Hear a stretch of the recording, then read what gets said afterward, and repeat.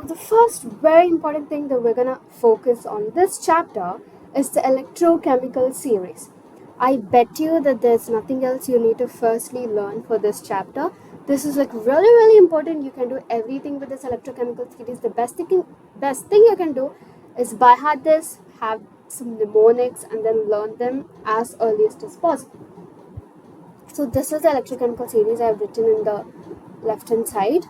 So let me just read it out. First we have lithium, potassium, barium, strontium, calcium, sodium, magnesium, aluminium, manganese, zinc, chromium, iron, cadmium, cobalt, nickel, tin, lead, hydrogen, copper, mercury, silver, platinum, and gold. So this particular series is according to increasing standard reduction potential. So what is standard reduction potential? Well, firstly, you'll learn more about electrode potential further in this chapter, like just after a few minutes. But remember that this is in standard condition and something to do with reduction. That's something that you need to learn for now. Yeah. And this is represented by the symbol called E naught. And for short way, I'm just writing it as SRP, so hope you can understand that SRP stands for standard reduction potential. So based on the series that you're looking in here, you can easily tell that as Li, that is lithium, is in the top of the electrochemical series, and this particular series is based on increasing reduction potential, then this will have the least reduction potential. So it has the least standard reduction potential, and according to this particular series you're seeing, of course it's gold that has the most reduction potential, but if we compare other elements as well, even the cations, then we have fluorine, which has most standard reduction potential. Now, what about this most positive and most negative that I'm talking about here is, so first thing you need to know that hydrogen in this, so as you can see, hydrogen is in between lead and copper. So this hydrogen, they consider the reduction potential of hydrogen as 0. It's in standard conditions which the electrochemists have assumed. So the value of this is 0. So all the cations which are above this will have negative values. So basically, just give me a minute. Yeah, so basically from here to from this part, so many, it still continues, and this as well until here, all the values are negative, and below hydrogen these values will have positive reduction potential. Remember that this applies only for reduction potential. The reason why I'm telling this, so this applies only for reduction potential. Why I'm telling this? Because for reduction or oxidation potential, it will be the opposite.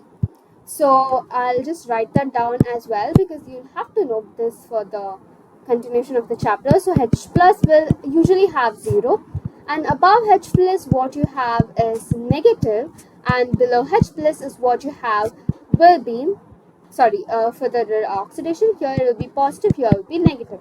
So it will be the same values but in an interchange way. So let me just give you an example. Okay, let's just take a random example. Let me take platinum. Let's take platinum as example. So platinum, let's take the value of platinum in here will be positive as it is below hydrogen. So let's take it as positive 1.20 something. Okay, it's just a random value, guys. Please don't think this is the right value. So this is the positive potential, standard reduction potential. Now, what will be the standard oxidation potential? Of course, you have no idea right now because I never told you, but it will be the opposite of the same value. Like how? It will be negative 1.20. So it's below, so it will be negative. That's what is actually happening. So the values will be the same. Now, we do have an exception case here for water. Exception for water. So always remember that for water, the standard reduction and oxidation potentials are negative, and their particular magnitudes of the values are completely different. So you'll learn further on this as we go on, and I'll repeat the statement again. But always remember all these points, because applications of this electrochemical series is also very crucial to continue this chapter. Yeah, so I'm hoping that it's clear until this part. The next part is talking about lithium. One thing I just observed is if I complete the rest of the part, it'll be easier to understand this because this is a really confusing part which most of the students go wrong in. Okay, now we've talked about SRP and SOP values. Next, let's talk about other few applications. For example, metal displacement. This also plays an important role, and you need to know the electrochemical series to learn about metal displacement as well. So what happens is above metals displace the below metals.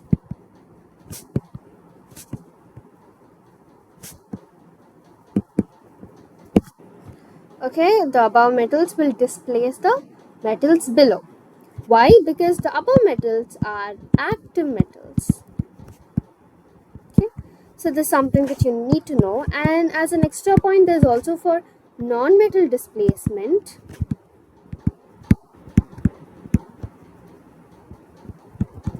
So if we have the series as iodine, bromine, chlorine, and fluorine, the below ones will displace the above ones.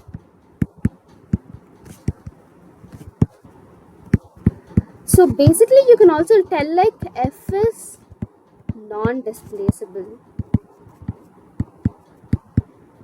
Well, at least in this case.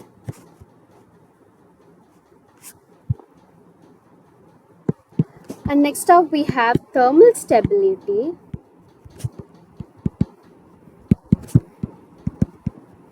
That will decrease from top to bottom.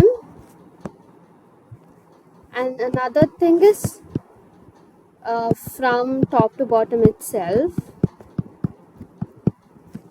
Reducing power. Reducing power is nothing but where it will reduce other element. It has a power to reduce others by itself undergoing oxidation. So basically reducing power decreases down the group and oxidizing power will increase. So what's the meaning of oxidizing power? It can oxidize its elements in the reaction by itself undergoing reduction. That's what it means. So therefore, by this too, we can get to know that reactivity decreases.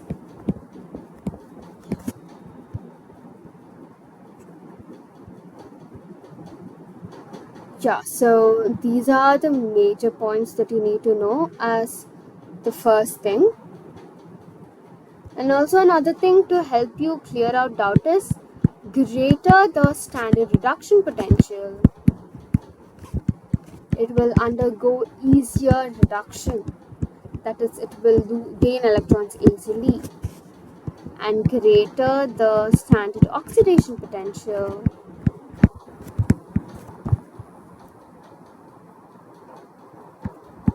it will undergo oxidation pretty easily. So now that we're done with this, let's go back to lithium. So we know that lithium has the least standard reduction potential. Now we learned that greater standard reduction potential, it means it goes easier reduction and it will gain electrons easily. Now what happens to lithium since it has least SRP? Least reduction, right? Least reduction. So rather than gaining electrons, it will lose easily.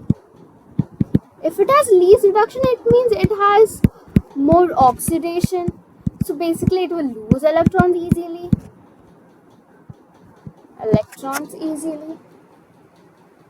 Correct. And then you know that since metals are good reducing agent, it's a good reducing agent, and it has good reducing power. Why are these metals called reducing agents? Although usually they undergo loss of electrons, is because they have the power to reduce other metals in the reaction by themselves undergoing oxidation. So some of the best ones are which? Lithium, sodium, potassium, barium, and all these. And yes, here good reducing agent, it means they lose electrons, so it means more negative they are, they have the more tendency to lose electrons. So this is something that you need to learn for now. I hope you're clear with it. If you're not, please to put it down in the comments. I can explain it once more. So this is the first introduction part that you need to know for the chapter electrochemistry.